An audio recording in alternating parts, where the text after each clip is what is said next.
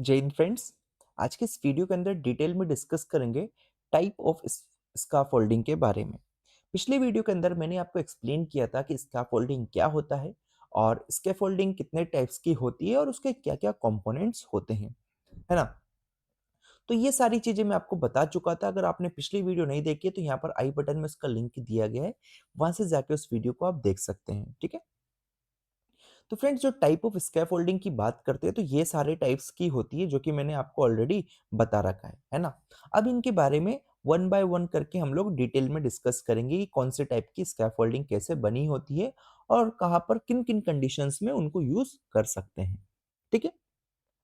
तो फ्रेंड्स, सबसे पहले मैं बात करता हूँ सिंगल स्कैफोल्डिंग की। तो सिंगल स्कैफोल्डिंग जो है, इसके जो कंपोनेंट्स हैं यहाँ पर आप देख रहे होंगे, तो इसको बोलते हैं हम लोग स्टैंडर्ड, है ना। अब ये स्टैंडर्ड क्या होता है मैंने आपको ऑलरेडी एक्सप्लेन किया है, तो अगर आपने पिछली वीडियो नहीं देखी तो पहले एक बार उसको जरूर देख ले, क्योंकि उसका यहाँ पर भरपूर यूज होने वाला है। ठीक है। तो देखो फ्रेंड्स, सिंगल स्कैफोल्डिंग की बात करें तो एक साइड मेरी वॉल होती है। अगर मैंने वॉल के अंदर होल किया और उस होल के अंदर जो मेरा क्या होता है, जो मेरा पुटलोग होता है उसका एक एंड उस हॉल के अंदर डाल दिया जाता है और दूसरा एंड लेजर के ऊपर सपोर्ट किया जाता है। तो वहां से ऐसी टाइप की स्कैफोल्डिंग को नाम दिया गया है क्या, सिंगल स्कैफोल्डिंग। ध्यान दीजिएगा कि अगर स्कैफोल्डिंग के अंदर जो पुटलॉक्स है ना, उन पुटलॉक को एक एक एंड उसका वॉल के अंदर है और दूसरा एंड हमारे लेजेस के ऊपर सपोर्टेड है, तो ऐसी पर्टिकुलर टाइप की स्कैफोल्डिंग को क्या नाम दे दिया गया, सिंगल स्कैफोल्डिंग, क्योंकि इस पे हमको एक ही एंड की जरूरत होती है जिस पे इसको सपोर्ट कराना है। ठीक है। देखो, जनरली इस टाइप की स्कैफोल्डिंग का यूज ब्रिक वर्क्स के अंदर किया जाता है, मतलब जब वॉल का कंस्ट्रक्शन होता है, वॉल कंस्ट्रक्शन, तो उस केसेस में इसका यूज करते हैं हम लोग। ठीक है। इसी को इसलिए इसको ब्रिक लेयर या फिर पुटलॉग स्कैफोल्डिंग भी कहा जाता है। तो फ्रेंड्स, यहाँ से आपको ध्यान में रखना है कि जो हमारी सिंगल स्कैफोल्डिंग है उसका और भी नाम है, डेट इज ब्रिक लेयर या फिर पुटलॉग स्कैफोल्डिंग, एग्जाम्स में पूछा जाता है।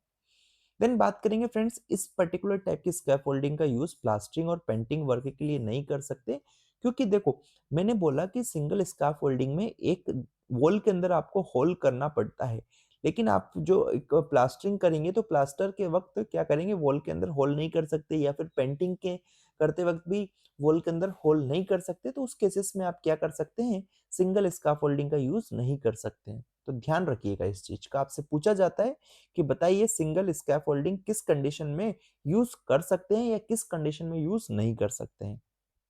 तो इसका यूज केवल आप ब्रिक वर्क्स के लिए कर सकते हैं, प्लास्टरिंग और पेंटिंग के लिए नहीं कर सकते। ये चीज आपको ध्यान में रखना है। और ये सारे जो भी कंपोनेंट्स है ये ऑलरेडी मैं आपको एक्सप्लेन कर दिया हूं, तो इनको यहाँ पर मैं एक्सप्लेन नहीं करूंगा। ठीक है। नेक्स्ट फ्रेंड जो है वो है हमारा डबल स्काफोल्डिंग। जैसे नाम से क्लियर हो रहा है कि डबल स्काफोल्डिंग, इसके अंदर क्या होता है फ्रेंड्स, जो हमारा पुटलोग होता है वो दोनों साइड पर क्या किस पे सपोर्टेड होता है, ये लेजेस है, इन लेजेस पे हमारा पुटलोग सपोर्टेड होता है। जैसे कि यहाँ पर आप देख पा रहे होंगे कि ये मान लो for the time being this is what my putlog, तो ये दोनों साइड का पुटलोग यहाँ पर एक लेजेस पे क्या है, सपोर्टेड है ना। तो इस चीज का आपको ध्यान में रखना है। जैसे इस फिगर के अंदर भी आप देख सकते हैं कि ये मेरा स्टैंडर्ड से क्लियर है, और ये ऐसे जो मेंबर जा रहे हैं ये मेरे क्या है, लेजेस है। तो इन लेजेस के ऊपर आपका पुटलॉक सपोर्टेड होगा, इधर भी और इधर भी। ठीक है। तो देखो यहाँ पर जो डबल स्कैफोल्डिंग है इसका मेजरली यूज किया जाता है प्लास्टरिंग एंड पेंटिंग पर्पस के लिए, है ना। इसी को हम मेसन या फिर इंडिपेंडेंट स्कैफोल्डिंग भी बोलते हैं। इंडिपेंडेंट स्कैफोल्डिंग क्यों बोल रहे हैं, क्योंकि ये हमारी वॉल के ऊपर डिपेंडेंट नहीं है, not depend on wall, wall के ऊपर क्या है, डिपेंड नहीं है, इसलिए इसको इंडिपेंडेंट भी बोल दिया गया है। साथ में ये हैवी वर्क्स के लिए सुटेबल होती है।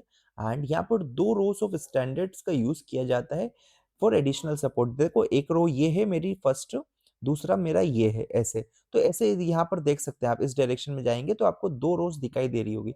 यहाँ पर भी आप देखेंगे तो एक स्टैंडर्ड मेरा ये हो गया, एक स्टैंडर्ड की रो मेरी ये हो गई, दूसरे स्टैंडर्ड्स की रो मेरी ये हो जाती है। ठीक है। ओके। नेक्स्ट जो होती है फ्रेंड्स वो हमारी कैंटिलीवर या फिर इसी को निडल स्कैफोल्डिंग भी बोलते हैं, और ये कुछ इस टाइप की आपको दिखाई देती है। ठीक है। इसका जनरली यूज किया जाता है जबकि ग्राउंड स्पेस क्या होती है, लिमिटेड होती है ना। और obstruction prevent using of normal scaffolding, मतलब कि स्पेस इतनी लिमिटेड होती है कि हम जो नॉर्मल टाइप की स्कैफोल्डिंग है उसका यूज नहीं कर सकते। तो उस केसेस में हम किसका यूज करते हैं, कैंटिलीवर या फिर निडल स्कैफोल्डिंग का यूज करते हैं। ठीक है, निडल हमारे क्या होते हैं, हॉरिजॉन्टल बीम्स होते हैं जो कि फिक्स होते हैं स्ट्रक्चर्स के अंदर टू सपोर्ट द स्काफोल्ड। जैसे कि यहाँ पर आप देख सकते हैं कि ये एक प्रकार के हॉरिजॉन्टल बीम्स है जो कि यहाँ पर इसके अंदर सपोर्टेड है और इसका यूज करके हम जो भी वर्क है वो परफॉर्म कर सकते हैं। ठीक है, इसके अलग अलग टाइप्स होते हैं जैसे कि single frame cantilever scaffolding, standards are supported on a series of the needles. ठीक है, नेक्स्ट जो होता है double frame cantilever scaffolding, more stable with additional supports. तो यहाँ पर दो टाइप आपको देखने को मिलेगा, या तो सिंगल फ्रेम कैंटिलीवर स्कैफोल्डिंग या फिर डबल फ्रेम कैंटिलीवर स्कैफोल्डिंग। दोनों में आपको ध्यान में रखना है कि कौन सा ज्यादा स्टेबल होता है, तो आपको ध्यान में रखना है कि डबल फ्रेम वाला हमारा ज्यादा स्टेबल होता है। ठीक है, use to bridge for the construction of the upper storeys of the building. तो ये जो अपर स्टोरीज होती है बहुत ज़्यादा, जब मानो 10th फ्लोर 12th फ्लोर जो भी हो गया, उनके लिए इसका यूज़ किया जाता है। तो आपको ध्यान में रखना है कैंटिलीवर को ही निडल स्कैफोल्डिंग भी बोलते हैं और कहाँ पर यूज़ किया जाता है, जब यहाँ पर हमारे पास स्पेस क्या हो, लिमिटेड हो। जिससे कि स्पेस लिमिटेड रहेगी तो हम लोग नॉर्मल जो स्कैफोल्डिंग है उसका यूज़ नहीं कर सकते, उस कंडीशन में इसका यूज़ करेंगे। और कितने टाइप्स की होती है, दो टाइप्स की देखने को मिलती है, single frame and double frame. ये चीज आपको ध्यान में रखना है। ठीक है, नेक्स्ट जो है फ्रेंड्स, ये हमारी होती है सस्पेंडेड स्कैफोल्डिंग। तो सस्पेंडेड स्कैफोल्डिंग में क्या होता है फ्रेंड्स, यहाँ पर जैसे ये वायर देख पा रहे होंगे, ये केबल है। ये केबल हमारे जो भी छत होती है, डेट इज रूफ होता है, रूफ के टॉप पर सपोर्टेड इनको यहाँ पर किसी चीज से बांध दिया जाता है या वेट लगा दिया जाता है। और इन केबल्स के थ्रू ये एक प्लेटफॉर्म है, इस प्लेटफॉर्म को नाम है, यही हमारा है क्या, स्काफोल्डिंग है। तो इस स्काफोल्डिंग को हैंग कर दिया जाता है, जिससे कि जो भी हमारी बड़ी-बड़ी बिल्डिंग्स होती है, उनके जो मिरर्स होते हैं, उनको साफ कर सके, है ना? व्हाटएवर इट मे बी, या रिपेयर कर सके, तो उनके लिए ऐसा होता है। यहाँ पर आपको ध्यान में रखना है कि जो सस्पेंडेड स्कैफोल्डिंग होती है, ये नीचे से सपोर्टेड नहीं होती है, ये टॉप से सपोर्टेड होती है। मतलब टॉप पे इनको क्या किया जाता है, टाई किया जाता है। किनको? ये जो भी हमारी केबल्स है, इनको। ठीक है? तो मैंने लिख दिया है कि platform is suspended by ropes और chains and can be raised और लोवर्ड। इसको ऊपर ले जाया जा सकता है, नीचे लाया जा सकता है। इसको केबल्स भी बोलते थे या फिर चेन्स बोल दो या रोप्स बोल दो, वट एवर इट में भी। ठीक है, नेक्स्ट इनका यूज कर सकते हैं हम painting, maintenance and window cleaning के लिए। मैंने आपको बताया कि बड़ी बड़ी बिल्डिंग्स के जो मिरर होते हैं वो गंदे हो जाते हैं, तो उनको साफ करने के लिए जनरली इस टाइप की जो स्कैफोल्डिंग है उसका यूज किया जाता है। साथ में पेंटिंग के लिए भी इनका यूज किया जाता है। नेक्स्ट जो होता है ट्रेस्टल स्कैफोल्डिंग होता है, वो कुछ इस टाइप का आपको दिखाई देता है। एक मूवेबल वर्किंग प्लेटफॉर्म होता है जो कि सपोर्ट होता है दोनों side, supported by tripod like supports. जैसे कि आप यहाँ पर देख सकते हैं, ये क्या है, हमारा ट्राइपॉड जैसा कोई स्ट्रक्चर है जिसके ऊपर हमारा ये जो स्काफोल्ड प्लैंक है ये सपोर्टेड है। इसके ऊपर कोई व्यक्ति खड़े होकर अपना काम एग्जीक्यूट कर सकता है। ठीक है, बाकी ये चीज देख सकते हैं कि ये स्प्रेडर हो गया, ये हमारे लेडर बेस हो गया, ये एंटी स्लिप सेफ्टी शू हो गया। तो ये सारी सॉरी माइनर माइनर से डिटेल है जो कि आप देख सकते हैं। बट आपको ध्यान में रखना है कि जो ट्रस्टल स्काफोल्डिंग ये मूवेबल वर्किंग प्लेटफॉर्म होता है जो कि ट्राइपॉड लाइक सपोर्ट्स पर रेस्टेड होता है, जिसको हम लोग ट्रेस्टल्स बोल देते हैं। ठीक है, इसका यूज किया जाता है फिर इंडोर वर्क के अंदर, लाइक पेंटिंग हो गया, रिपेयर वर्क हो गया, या इलेक्ट्रिकल वर्क्स के अंदर किसका, इसका यूज किया जाता है, इस पर्टिकुलर टाइप की स्कैफोल्डिंग का। और ध्यान दीजिएगा ये लिमिटेड होता है 5 मीटर, 5 मीटर से ज्यादा हाइट के लिए हम लोग ट्रस्टल को यूज नहीं कर सकते। तो इसलिए आपको ध्यान में रखना है, एग्जाम्स में पूछा जाता है कि बताइए ट्रस्टल स्कैफोल्डिंग को अप टू कितनी हाइट तक यूज किया जा सकता है, तो अप टू 5 मीटर हाइट तक किया जा सकता है। ठीक है, नेक्स्ट जो होता है स्टील स्काफोल्डिंग होता है जो कि आपको दिखाई दे रहा होगा, आपने कई बार इसको देखा होगा। तो ये हमारे स्टील के ट्यूब से बनी होती है जो कि एक दूसरे से कनेक्टेड होते हैं with the help of coupler. यहाँ पर कपलर से होते हैं फ्रेंड्स ये, तो इनकी मदद से ये एक दूसरे से क्या होते हैं, कनेक्टेड होते हैं। हाईली ड्यूरेबल और फायर रेसिस्टेंट होते हैं।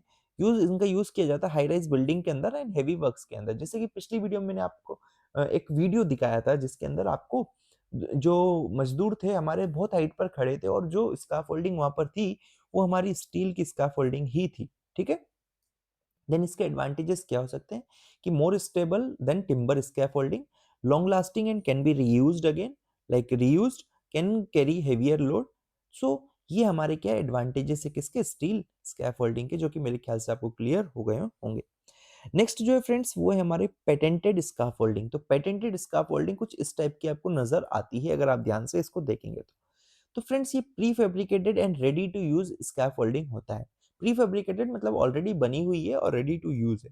ठीक है, ये भी स्टील से मिलके बनी हो सकती है by using special coupling and frames. यहाँ पर आप देखेंगे तो ये कुछ कपलिंग से और फ्रेम से इनकी मदद से ये बनी हुई है।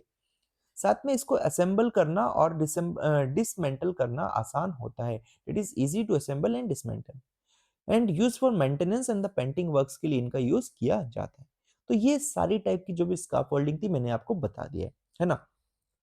तो कंक्लूड करता हूँ फ्रेंड्स, तो जैसे कि आप जान सकते हैं कि स्कैफोल्डिंग हमारे क्या एसेंशियल टेम्परेरी स्ट्रक्चर्स है जिसका यूज किया जाता है कंस्ट्रक्शंस के अंदर। सिलेक्शन डिपेंड करता है फ्रेंड्स कि कौन से टाइप का वर्क है, that is type of work, height and the load requirements के ऊपर। ठीक है, then proper safety measure should be followed while working on scaffolding to prevent accident. आपको ध्यान देना है कि जब आप कभी भी स्कैफोल्डिंग के ऊपर काम कर रहे हैं, आप कर रहे हैं, मजदूर कर रहे हैं, तो वहाँ पर प्रॉपर सेफ्टी मेजर्स आपको ध्यान में रखना चाहिए। कुछ सेफ्टी गाइडलाइंस है जो कि आपको पता होना चाहिए, जैसे कि आपको हेलमेट का यूज़ करवाना है अगर आप as a civil engineer site पर जा रहे हैं या सेफ्टी ऑफिसर आप साइट पे गए हैं, तो वहाँ पर जो भी वर्कर्स हैं, उनको एज़ ए हेलमेट यूज़ करने का बोलना है आपको। हार्शनेस एंड ग्लूव्स का यूज़ करना है। Ensure scaffolding is properly braced and supported, ठीक है?